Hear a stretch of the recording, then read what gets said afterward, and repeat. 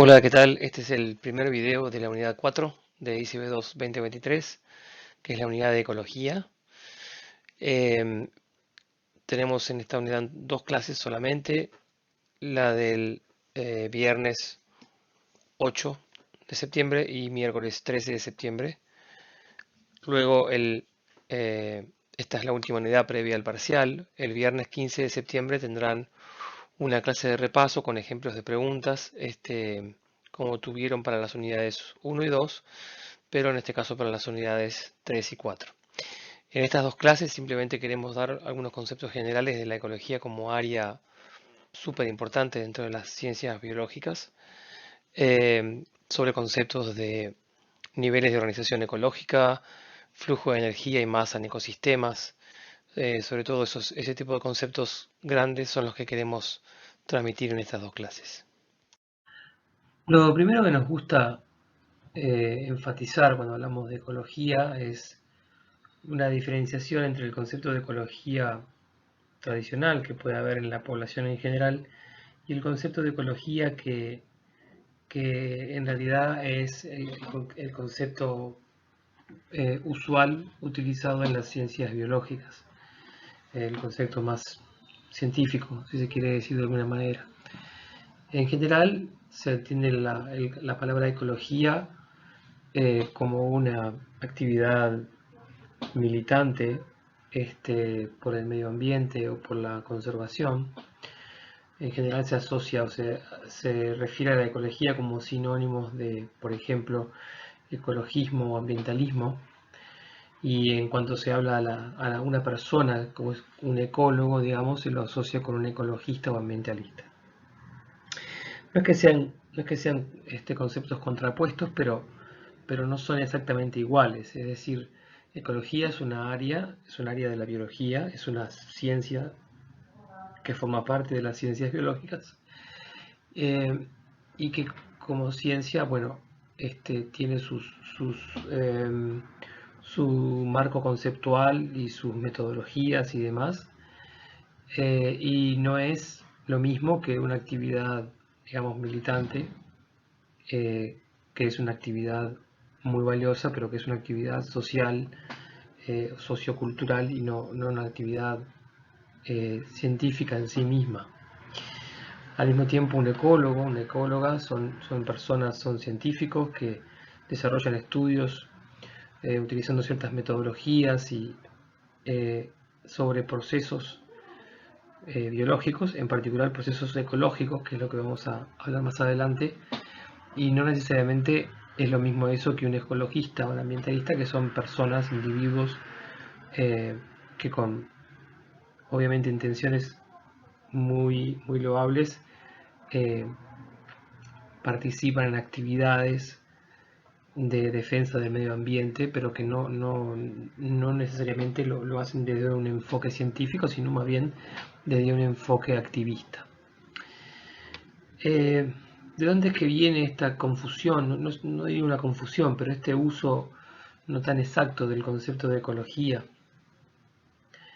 Bueno, probablemente viene de que los ecólogos, como científicos del medio ambiente, de alguna manera, como científicos que estudian los procesos ambientales, en particular los procesos ambientales en donde participan seres vivos, que los estudian desde el punto de vista metodológico, científico, es posible que fueron los primeros en darse cuenta de los efectos de la actividad humana en estos propios ambientes.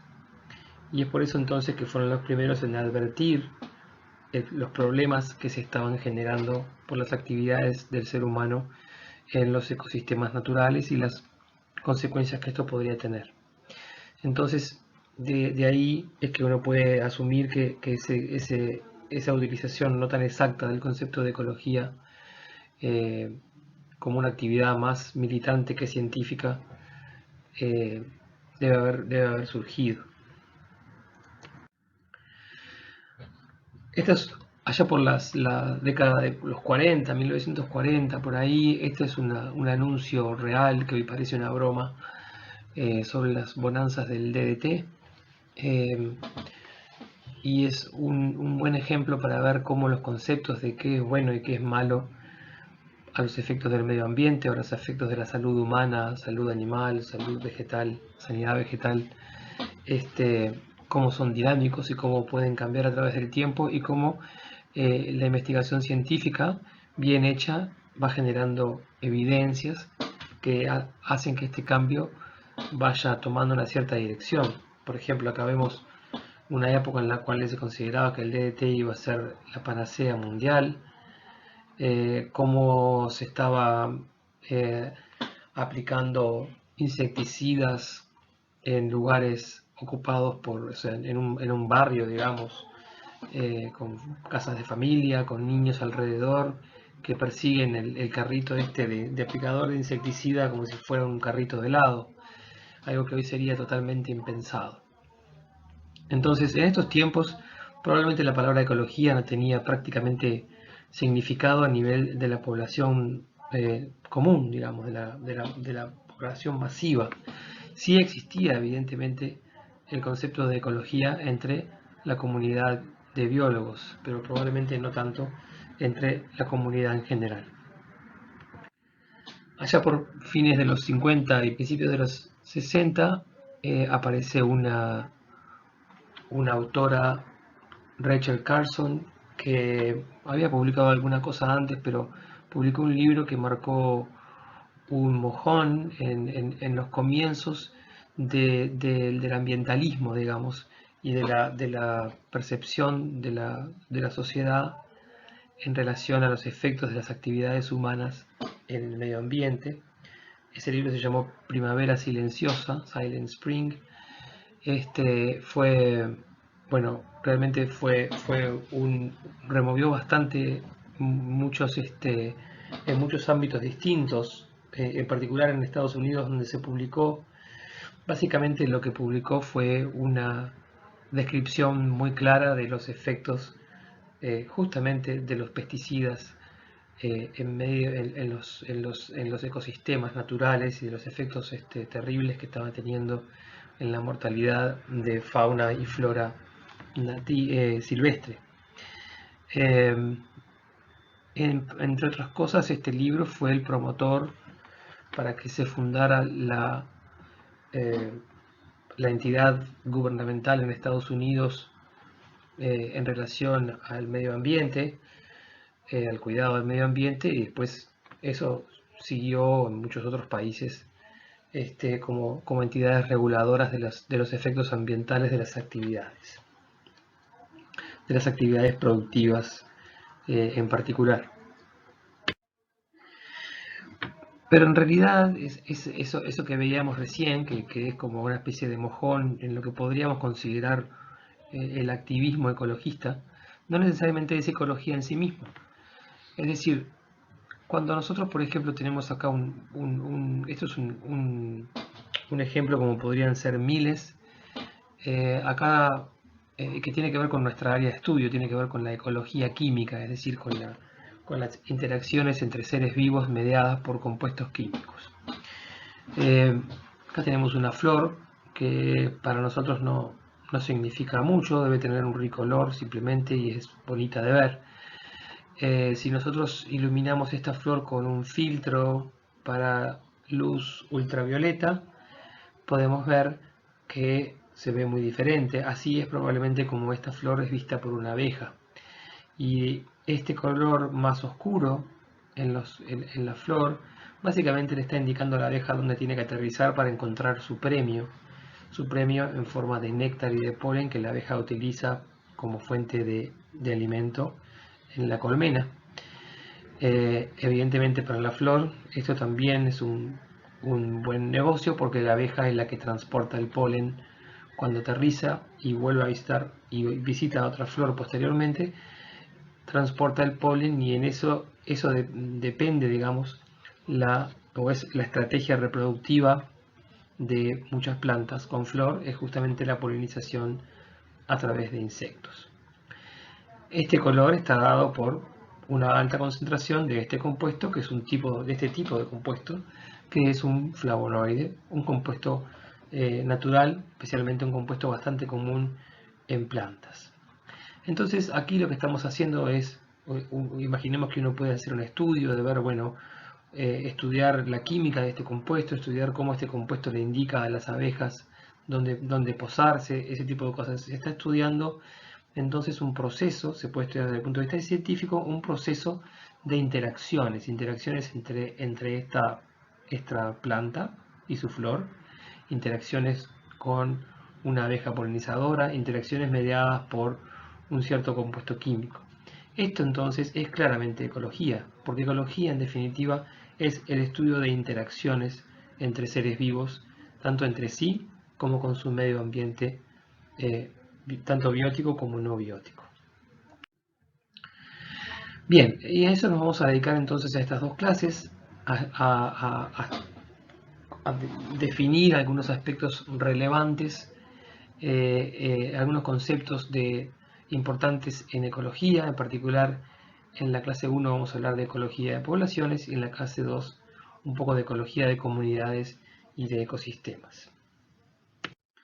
Cuando hablamos de ecología, entonces a lo que nos referimos como área dentro de las ciencias biológicas y no como actividad activista, digamos. Cuando hablamos de ecología nos referimos al estudio de interacciones entre organismos, estudio de interacciones entre ellos y también con su medio ambiente abiótico. Entonces, este estudio de poblaciones, de interacciones se puede enfocar desde diversos niveles. Por ejemplo, se puede estudiar a nivel de poblaciones, que son organismos de la misma especie. Se puede estudiar a nivel de comunidades, que son organismos de distintas especies que cohabitan en tiempo y espacio. Se puede estudiar a nivel de ecosistemas, que son las comunidades con su medio ambiente físico o abiótico. Se puede estudiar en la biosfera entera, o sea, hay distintos niveles de estudio de procesos ecológicos.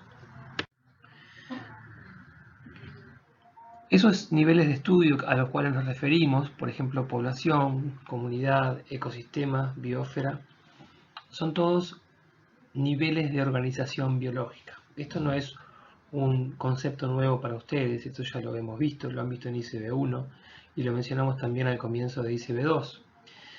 Estos niveles de organización biológica, cuando veíamos distintos niveles desde lo molecular hasta las macromoléculas, organelos, células, órganos, organismos enteros, ¿verdad? Estos niveles de organización biológica incluyen los niveles por encima del individuo, representado aquí. Estos niveles por encima del individuo son todos los que consideramos niveles de organización ecológica, es decir, son todos niveles de organización que implican la interacción entre organismos. Tanto interacciones entre organismos de una misma especie, que es lo que define a una población, como interacciones entre organismos de distintas especies a nivel de comunidades biológicas o de ecosistemas. Así como decíamos, cuando hablábamos de niveles de organización, por ejemplo, moléculas, organelos, células, tejidos, órganos, decíamos que los distintos niveles de organización biológica tenían lo que llamábamos propiedades emergentes. Es decir, los niveles de organización superiores poseen características que los describen, propiedades, digamos, pero que no están presentes en niveles de organización inferiores. Esto que puede sonar un poco abstracto, en realidad lo podemos explicar de forma que quede bastante claro. Por ejemplo, una población, decíamos que una población se define como el conjunto de organismos de la misma especie que conviven en tiempo y espacio. Entonces una población está formada por individuos.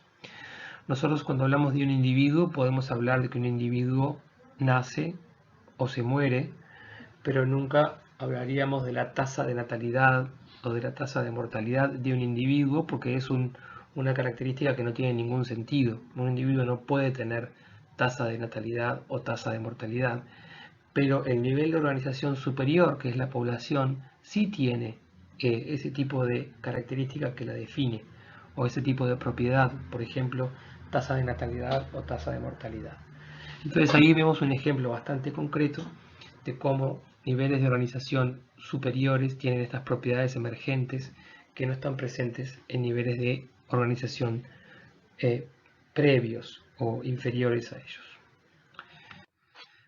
Una población entonces tiene distintas características que definen a las poblaciones y que en su conjunto se habla en general de estructura de las poblaciones.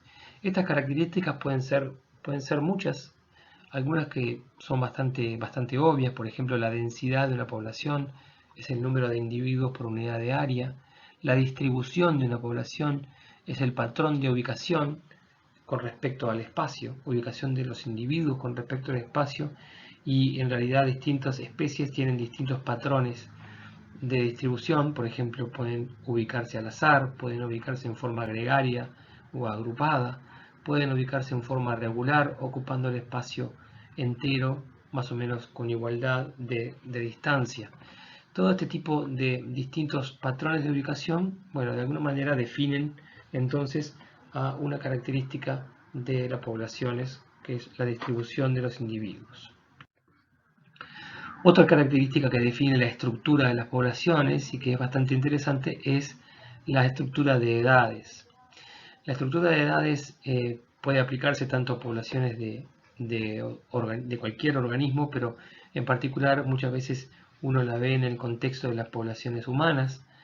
Acá tenemos un ejemplo de cómo pueden visualizarse las estructuras etarias de una población, estructuras de las edades. Lo que podemos ver acá entonces son diferentes gráficas que nos van a mostrar la población, por ejemplo, en millones de individuos con respecto a distintos niveles de edad, de 0 a 4 años, de 5 a 9 años, 10 a 14 años, etcétera, etcétera, ¿verdad? Hasta más de 100 años. Lo que vemos, por ejemplo, hace unos pocos años atrás, esto está dividido en varones y mujeres, es que la población mundial tenía una cierta distribución etaria, una estructura etaria que está marcada por una prevalencia, digamos, de individuos de edades más tempranas y va bajando hacia edades mayores. Este tipo de estructura permite a los demógrafos, por ejemplo, personas que se dedican a estudiar este tipo de propiedades de las poblaciones humanas, les podría permitir predecir, por ejemplo, cuál va a ser la población dentro de 50, la población humana en la Tierra dentro de 50 a 100 años. Es decir, este tipo de estructuras actuales tiene valor también predictivo y también tiene valor a estudiar fenómenos sociales pasados. Fíjense, por ejemplo, acá es la estructura de Estados Unidos, el mismo tipo de presentación, pero vemos claramente que hay diferencias respecto a la estructura mundial. Y estas diferencias pueden explicarse. Por ejemplo, vemos que acá hay una región etaria entre los 50 y los 60 años que está como salida, ¿verdad? Que en vez de ir decreciendo pega un pico hacia afuera y después vuelve a decrecer. Bueno, acá algo pasó y esto básicamente se refiere a una generación en donde hubo un gran optimismo a nivel económico, a nivel político, y entonces la gente tuvo muchos hijos y esa generación fue bastante más grande de lo que venían siendo las generaciones anteriores. A esa generación se le llamó el Baby Boom y fue una generación después de la Segunda Guerra Mundial que hubo una explosión demográfica en ese país. Fíjese cómo entonces este tipo de análisis puede permitir explicar o puede permitir dar un enfoque distinto al estudio de fenómenos pasados también. Si uno mira más para abajo, hay otro pico, quizás no tan notorio, pero hay otro pico en las edades de 20 y pocos años, y esto simplemente puede explicarse como los hijos de la generación que tenemos acá arriba. Entonces, este tipo de análisis permite estudiar a las poblaciones desde diferentes puntos de vista y es un aspecto importante de la estructura de las poblaciones. Hablamos de estructura de edades, pero también podemos hablar de la razón social. La razón social quiere decir la proporción de hembras y machos en una población, que puede ser una razón sexual de 1 a 1 o mayor cantidad de hembras o mayor cantidad de machos. En algunas especies en particular y en determinados momentos del año se pueden encontrar únicamente hembras, lo cual en muchas especies ocurre, por ejemplo, para aprovechar condiciones favorables, se generan solamente hembras que pueden llegar a ser partenogenéticas, es decir, que se reproducen simplemente por clonado de sí mismas, mientras que los machos aparecen cuando, por ejemplo, las condiciones ambientales no son tan adecuadas y se favorece entonces la reproducción sexuada para generar diversidad y generar una especie de defensa contra condiciones ambientales no tan adecuadas. O sea que también la razón sexual es un parámetro importante en la estructura de poblaciones. La composición genética, cuando una población es muy diversa o menos diversa, diversa genéticamente, es otra característica importante de las poblaciones. Todas estas características que hablamos, número, densidad, distribución, estructura de edades, razón sexual, composición genética, no son permanentes en el tiempo, sino que pueden cambiar en el tiempo. El estudio de esos cambios de la estructura de poblaciones a través del tiempo es lo que se conoce como dinámica de las poblaciones. Vamos a ver algún ejemplo de esto bastante básico. Una población, si se estudia en cuanto al número de individuos a través del tiempo, puede estar en crecimiento, puede estar decreciendo, puede estar estable. O sea que las densidades poblacionales, el número de individuos, no es estable con el tiempo, sino que puede aumentar, puede disminuir, puede estar estable. Estos procesos que determinan los cambios, por ejemplo, a nivel del número de individuos en la población, bueno, pueden ser bastante evidentes, ¿verdad? Como la tasa de natalidad, la tasa de mortalidad o la tasa de dispersión, o la frecuencia de dispersión. Entonces, estas tasas, cuando hablamos de tasa, lo que queremos decir es el número por unidad de tiempo. Ese es el concepto de tasa, ¿verdad? Tasa de nacimientos, o sea, la producción de individuos por unidad de tiempo. La muerte de individuos por unidad de tiempo. Y cuando hablamos de dispersión, hablamos simplemente de el movimiento de individuos tanto hacia adentro de una población, que es la inmigración, como hacia afuera de una población, que es la emigración. Entonces, dependiendo, por ejemplo, de cómo se vinculen natalidad, mortalidad, inmigración, emigración, tendremos distintas tendencias hacia una población creciente, decreciente o estable. Y esto puede modelarse también de alguna manera en forma matemática. Antes de eso vamos a comentar brevemente dos conceptos que son relevantes a ese tipo de modelados, digamos, de las dinámicas poblacionales en cuanto a la cantidad de individuos en una población. La natalidad potencial se refiere a la máxima capacidad reproductiva de una población en condiciones ideales. La natalidad real está afectada, o sea, es la natalidad potencial, pero afectada por factores que en general no en general, sino que siempre la van a disminuir. Esos factores pueden tener que ver con la fecundidad, es decir, la producción de gametos, que puede no ser máxima, o la viabilidad de esa descendencia, que es lo que se conoce como fertilidad, que suele no ser la máxima. Entonces, cuando hablamos de natalidad potencial, esto puede modelarse de una forma muy simple, de forma tal que el número de individuos en una población a tiempo t más 1, ¿sí?, va a ser igual al número de individuos de esa población a tiempo t, o sea, el tiempo anterior, por un factor, una constante, denominada R, que es la tasa de crecimiento per cápita. ¿Qué quiere decir esto de la tasa de crecimiento per cápita? Veamos un ejemplo concreto.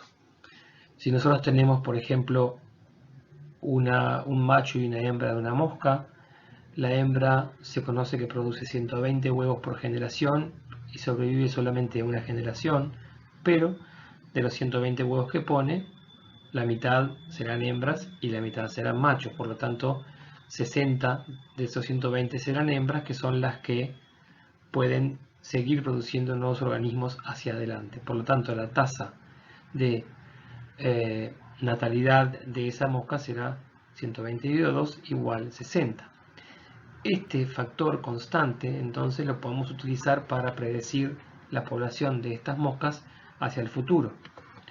Podemos decir, bueno, entonces si aplicamos la fórmula de tasa de natalidad potencial o máxima, tenemos que en una generación hay 2 moscas, la constante de tasa de natalidad es 60, por lo tanto en la siguiente generación tendremos 120, pero ya en la siguiente tendremos 7200 aplicando la misma fórmula. Y de la misma manera podemos llegar entonces a un número extraordinariamente alto en muy pocas generaciones. Esto es lo que muestra entonces lo que sería una población, el crecimiento de una población con una tasa de natalidad potencial o máxima.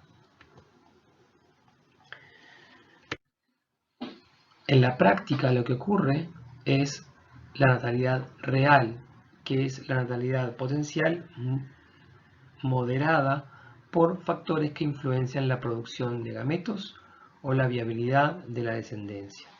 Y estos factores suelen dividirse en 2 grandes grupos, unos conocidos como recursos y otros como condiciones. Entonces, un ejemplo también concreto, acá tenemos un mosquito, el mosquito entonces la hembra va a poner sus huevos, pero la cantidad de huevos que pone va a depender de la cantidad de sangre que haya consumido. Entonces ahí tenemos cómo claramente un recurso, que es el alimento, va a determinar la producción o la tasa de natalidad de la próxima generación. Entonces, para diferenciar el concepto de recursos y de condiciones, que parece que se refiere un poco a lo mismo, en realidad es bastante distinto. Porque los recursos es todo lo que un organismo consume, por lo tanto, si un organismo lo consume, no va a estar disponible para otro organismo. Hay ejemplos bastante claros como el alimento, como un cierto refugio adecuado para ese organismo, o la pareja. Todos estos son recursos entonces que son consumidos por un organismo y por tanto no estarán disponibles para otro. Lo que diferencia a los recursos de las condiciones es que las condiciones son factores abióticos, factores que afectan en forma muy importante la viabilidad y el funcionamiento de los organismos, pero que no se consumen, por lo tanto no disminuyen. No es que estén disponibles para uno y no para los demás, sino simplemente porque no se consumen. Sí pueden ser modificados por los organismos, pero no son consumidos. Entonces, por ejemplo, aspectos como temperatura, humedad relativa, pH, salinidad, todo ese tipo de cosas entonces son condiciones que pueden afectar y que ciertamente afectan la tasa de natalidad o la natalidad, forman parte de lo que es la natalidad real, pero no son recursos, sino que son factores abióticos. Entonces, los recursos limitados, o sea, de vuelta hablamos de recursos a lo que un organismo consume y por tanto no está disponible para otro. Cuando los recursos son limitados, que es en general lo que ocurre, habrá una disminución en la natalidad y un aumento tanto en la mortalidad como en la inmigración como en la competencia. Eso queda bastante descrito en este tipo de gráfica, donde podemos ver el número de individuos en una población y el tiempo. Y lo que podemos ver acá es que si comparamos el crecimiento de la población, sigue una línea creciente, que si lo modelamos en una ecuación va a ser muy parecido a lo que vimos recién en el caso de las moscas, a un crecimiento exponencial. Vemos por aquí otra gráfica en donde vemos cómo los recursos, por ejemplo alimento, los recursos disponibles van bajando porque son consumidos por estos individuos de una población creciente hasta que llegan a un cierto equilibrio. Y acá vemos entonces, en vez de un crecimiento con un modelo exponencial que estaba definido por la natalidad máxima, digamos, en realidad la natalidad real tiene un crecimiento de tipo logístico, con esta curva tipo sigmoide, que luego llega a una estabilidad. Esa estabilidad es lo que se conoce como capacidad de carga. Entonces, la capacidad de carga se suele definir con la letra K. Recordemos acá la letra K usada para capacidad de carga y la letra R usada para la máxima o la tasa potencial de natalidad de una especie. Entonces, básicamente esta capacidad es la capacidad, el número máximo de individuos en una población que puede sostener un ambiente con limitación de recursos, ¿sí? Número máximo de individuos de una población que puede sostener un ambiente con limitación de recursos. Es la capacidad de carga entonces de ese ambiente respecto a esta población. Fíjense que si miramos esta ecuación, y eso es algo que es bastante común en ecología, los procesos en ecología tienen una muy alta carga de modelos matemáticos que los estudian y que los pueden de alguna manera predecir. Si nosotros vemos acá entonces esta forma de derivada, digamos, donde podemos ver el cambio de los individuos a través del tiempo, vemos que si el número de individuos n está cerca o es igual a la capacidad de carga, lo que va a pasar es que este factor va a ser 0 y por lo tanto todo el factor va a ser 0 y por lo tanto esa población no va a estar creciendo, no va a estar cambiando a través del tiempo, su derivada será 0. Si en cambio el número de individuos es muy pequeño, este factor va a ser cercano a 1 y por lo tanto el crecimiento va a tener una forma más bien exponencial y no va a ser no va a haber alcanzado su capacidad de carga. Este tipo de análisis en realidad puede tener aplicaciones muy simples. Por ejemplo, imaginemos que se quiere controlar una cierta plaga en una ciudad, puede ser una plaga de ratas, por ejemplo, que se aprovecha de la basura. Entonces lo que se hace es aplicar constantemente productos tóxicos para bajar la población. Pero no se hace nada con los recursos disponibles, por ejemplo con la basura. Entonces lo que va a ocurrir simplemente como algo matemático, ¿sí?, es que la población que se baja a niveles bajos se va a recuperar hasta llegar a la capacidad de carga. Si nosotros aplicamos nuevamente productos para matar a esta plaga, de vuelta va a volver a subir hasta ocupar su capacidad de carga. Entonces, en realidad, este tipo de conceptos son interesantes porque en realidad lo que uno tiene que hacer ahí es bajar la capacidad de carga, por ejemplo, bajando la cantidad de recursos disponibles.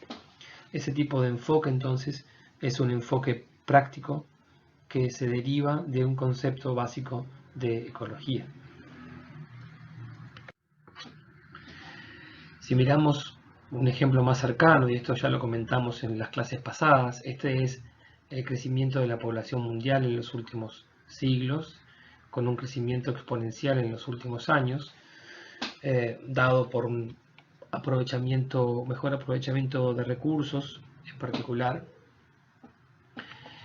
Y lo que muestra esta gráfica, que es un poco compleja y no voy a ir al detalle, pero muestra acá en distintos colores, muestra el aprovechamiento de distintos recursos disponibles en la Tierra y que el ser humano aprovecha en su beneficio, tanto biomasa como combustibles, como minerales, etc. Entonces, evidentemente, si lo pensamos como veníamos hablando de la capacidad de carga y del aprovechamiento de recursos y cómo los recursos pueden delimitar esa capacidad de carga y cómo eso se vincula también con una población, también son conceptos que son bastante relevantes para pensar en la estabilidad de las poblaciones humanas y de la sostenibilidad del desarrollo del ser humano. Y eso, bueno, son también aspectos que también se vinculan entonces con el estudio de poblaciones y de dinámica de poblaciones. Otro aspecto práctico que puede estar vinculado con el estudio de dinámica de poblaciones puede aplicarse al manejo de plagas agrícolas, por ejemplo. Si nosotros tenemos acá los cambios poblacionales de una plaga, este zigzag simplemente es por la propia biología de la plaga, ¿verdad? En diferentes momentos los individuos, digamos, los tamaños de las poblaciones van cambiando y esto puede tener que ver simplemente con un efecto estacional de temperatura durante el año.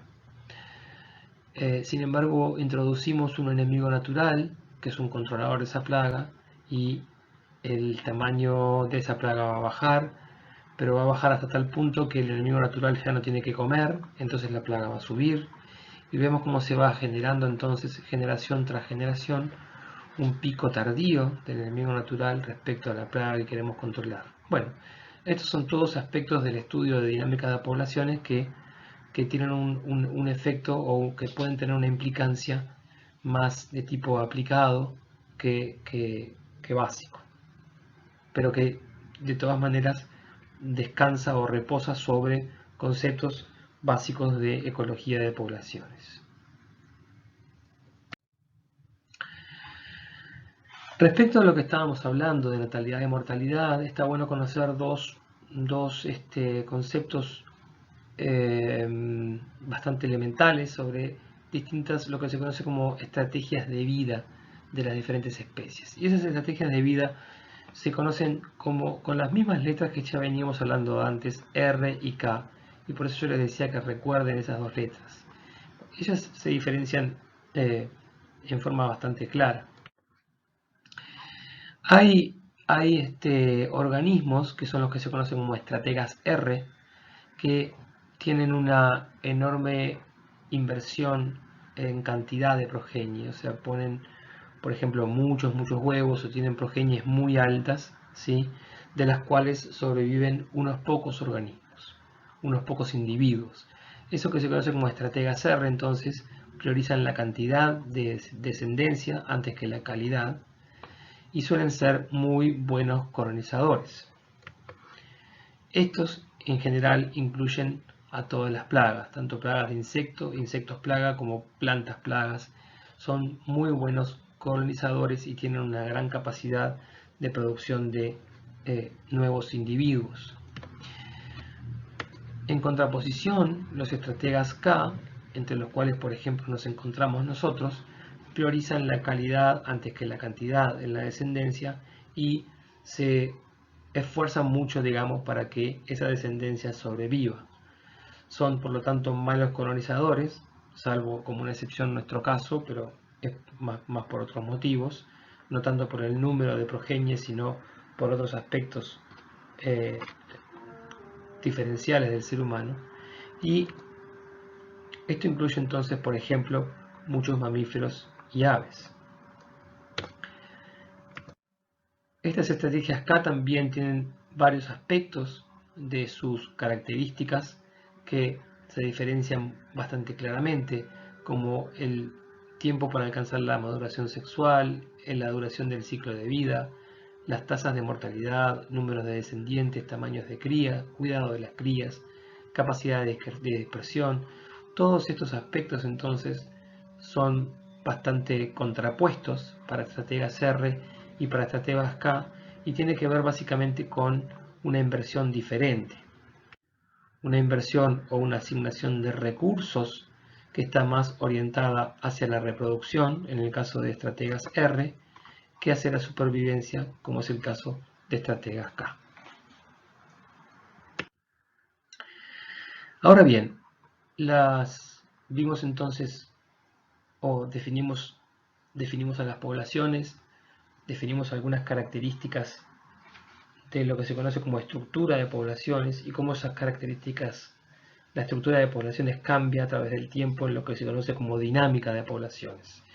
Sin embargo, los individuos de una especie no están solos con los coespecíficos formando una población, sino que forman parte de una comunidad que coexiste en tiempo y espacio y que tiene una enorme cantidad de interacciones, tanto favorables como desfavorables, tanto agonistas como antagonistas. Ese nivel, ese nuevo nivel de organización ecológica es lo que se conoce como comunidad, y una comunidad se define como un conjunto de organismos de diferentes especies que comparten un hábitat en tiempo y espacio. Y eso es lo que vamos entonces a, eh, a dedicarnos en la segunda clase de ecología, a hablar de algo de ecología de comunidades y ecología de ecosistemas.